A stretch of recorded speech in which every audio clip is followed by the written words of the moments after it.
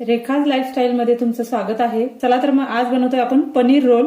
इथे 1 वाटी मैदा घेतलाय मी, 2-3 चमचे गव्हाचं पीठ घेतलंय, चवीनुसार मीठ, 2 चमचे दही घाला आणि अगदी थोडासा सोडा घालणार आहे। हे व्यवस्थित मिक्स करून घ्यायचंय। आता बघा आपला डो असा तयार झालाय।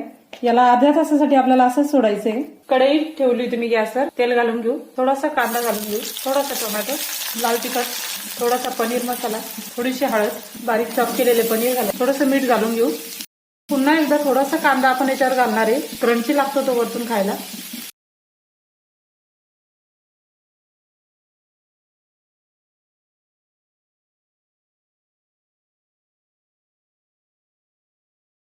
आपण याच्यामध्ये आता स्टफिंग भरून घेऊ। थोडासा कांदा घालू, ग्रीन चटणी घालून घेऊ आणि ही रेड चटणी आणि थोडासा केचप रोल करायचे। चला आपले पनीर रोल तयार आहे। व्हिडिओ आवडला असल्यास लाईक करा, शेअर करा आणि सबस्क्राईब करायला बिलकुल विसरू नका।